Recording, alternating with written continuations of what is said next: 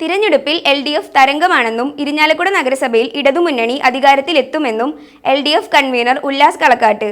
നഗരസഭയിലെ 12-ാം വാർഡിലെ 1-ാം number ബൂത്തായ Gandhigram NSS കരയോഗം ഹാളിൽ വോട്ട് രേഖപ്പെടുത്തിയ ശേഷം സംസാരിക്കുകയായിരുന്നു അദ്ദേഹം.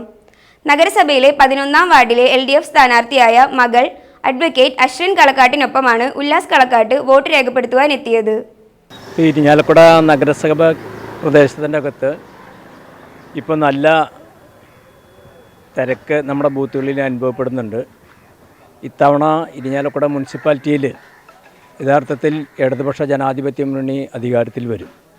നിലവിലുള്ള UDF ഭരണസമിതിക്കെതിരെയുള്ള ഒരു വിധിയെഴുത്തായിരിക്കും ഇത്തവണ ഇരിഞ്ഞാലക്കുട നഗരസഭയ്ക്കകത്തുള്ളത്. അതിനോടൊപ്പം തന്നെ ഈ തെരഞ്ഞെടുപ്പിൽ ഉൾപ്പെടെ കഴിഞ്ഞ പാർലമെൻറ്റ് തെരഞ്ഞെടുപ്പിൽ കള്ളപ്രചരണം നടത്തി വിജയം നേടിയ BJP യഥാർത്ഥത്തിൽ MP എന്നുള്ള രീതിയിലുള്ള ഒരു വികസന പ്രവർത്തനവും നമ്മുടെ ഈ മണ്ഡലത്തിൽ ചെയ്തിട്ടില്ല എന്നുള്ളത്.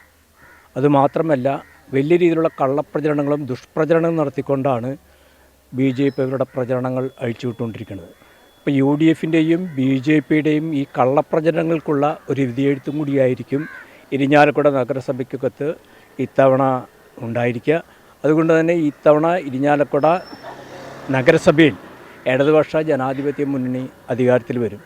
കേരളത്തിലെ ഇടതുപക്ഷ ജനാധിപത്യ മുന്നണി സർക്കാരിൻ്റെ ജനക്ഷേമകരമായിട്ടുള്ള പ്രവർത്തനങ്ങൾ, വികസന പ്രവർത്തനങ്ങളെല്ലാം തന്നെ ഈ തെരഞ്ഞെടുപ്പിൻ്റെ അകത്ത് അത് ഈ നമ്മുടെ മുനിസിപ്പാലിറ്റി ഉൾപ്പെടെ വിവിധ പഞ്ചായത്തുകളുടെ വിധിയെ നല്ല രീതിയിൽ ആ രീതിയിൽ അനുകൂലമായിട്ടുള്ള ഒരു തരംഗമാണ് ഇന്ന് ഇരിഞ്ഞാലക്കുടയിൽ മുനിസിപ്പാലിറ്റിയിലും വിവിധ പഞ്ചായത്തുകളിലും നമുക്കുള്ളത്.